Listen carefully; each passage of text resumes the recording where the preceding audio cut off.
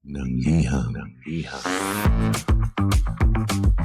Ang pinakamakulit na girlfriend mo sa balat ng radyo. Isang magandang morning sa inyong lahat! Ako pa rin po nag-iisang girlfriend mo sa radio. My name is Lindsay. Makulit pero may puso, handang makinig sa mga kwento mo. Alam mo, feeling ko kailangan mo na siyang iwan kasi it doesn't make sense. Ang kwento sa lihim ng liham.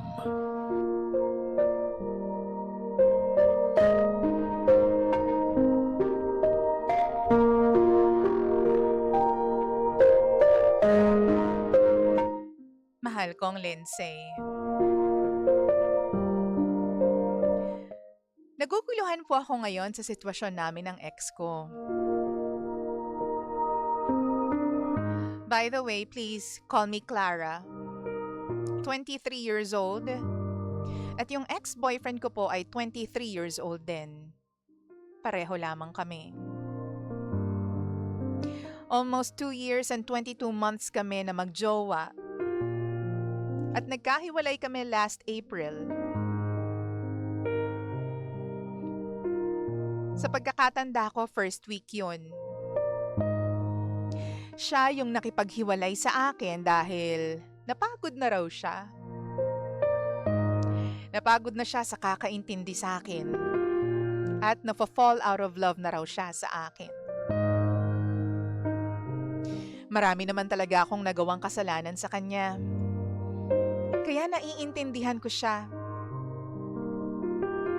Siguro dahil hindi niya matanggap yung mga rason, hindi ko rin matanggap kung bakit siya nakipaghiwalay sa akin kahit na alam kong madami akong kalokohan.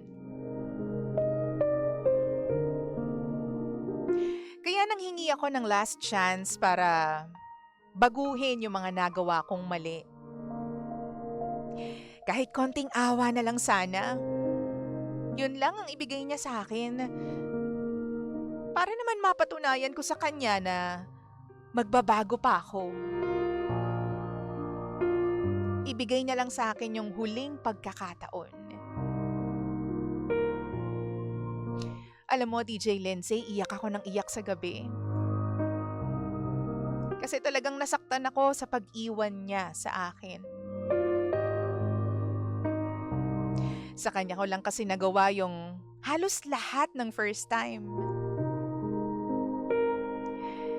Kaya naman nagmakaawa ako para sa atensyon niya, sa pagmamahal, sa oras niya. Pero ang sabi niya sa akin, ayaw niya raw muna ng commitment sa ngayon. Mahal na mahal ko po siya. Binigay ko ang lahat sa kanya. Ginawa ko yung mga bagay na hindi ko nagawa dati. Lalong-lalo na sa mga ex ko. Todo effort ako para mapasaya lang siya. Proud pa nga sa akin yung mga friends at saka relatives ko. Kasi nga, grabe daw akong magmahal. Ngayon lang daw nila akong nakitang ganun. Ang sabi pa nila, baka kami na talaga ang magkatuluyan. Yun nga lang, nagkahiwalay din kami. To be honest, DJ Lindsay, hindi pa talaga ako nakaka-move on sa kanya hanggang ngayon. Nag-a-assume pa rin ako na magkakabalikan kaming dalawa, na ayos ang lahat at maging okay kami. Ang kagandahan sa kanya, nagre-reply pa rin siya sa mga chats ko. Yun nga lang matagal. Hindi na kagaya ng dati. Yung tipong kaya na niyang i-ignore lahat ng chats ko kahit ilang araw pa yan.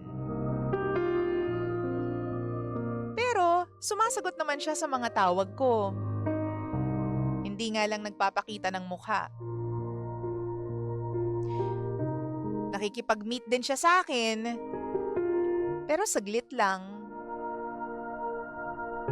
Parang lagi niyang gustong umuwi agad. Tapos yung topic namin hindi about sa aming dalawa. Sinabihan niya kasi ako dati eh. Sabi niya sa akin, bago kami mag-meet, bawal daw akong magdrama. Bawal namin pag-usapan yung naging relasyon namin.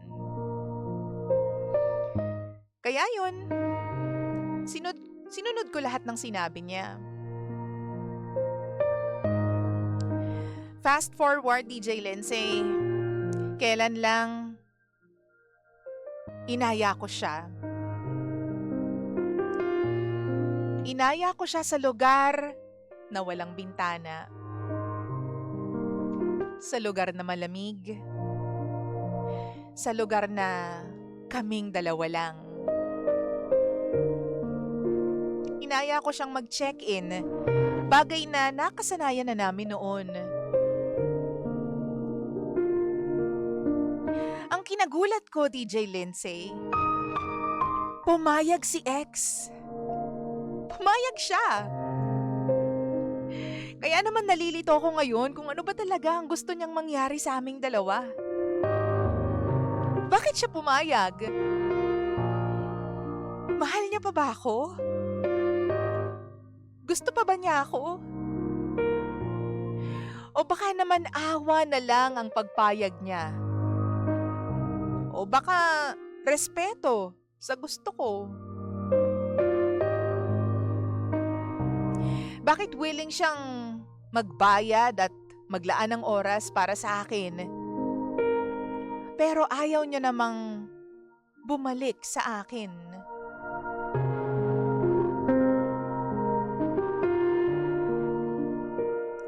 Ang sabi niya mag-off daw siya para magkita kami kung go daw ako sa desisyon na yon.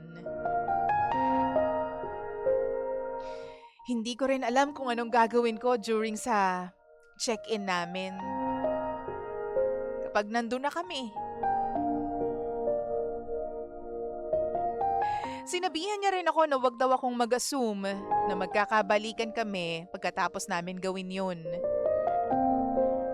Dahil inulit niya na ayaw niya pa rin ng commitment hanggang ngayon. Kaya nga ba hindi ko alam, DJ Lindsay, kung anong gagawin ko?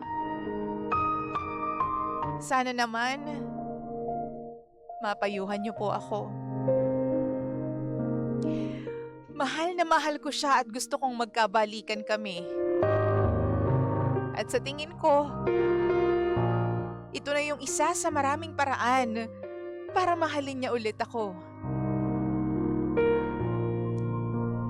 I need your advice.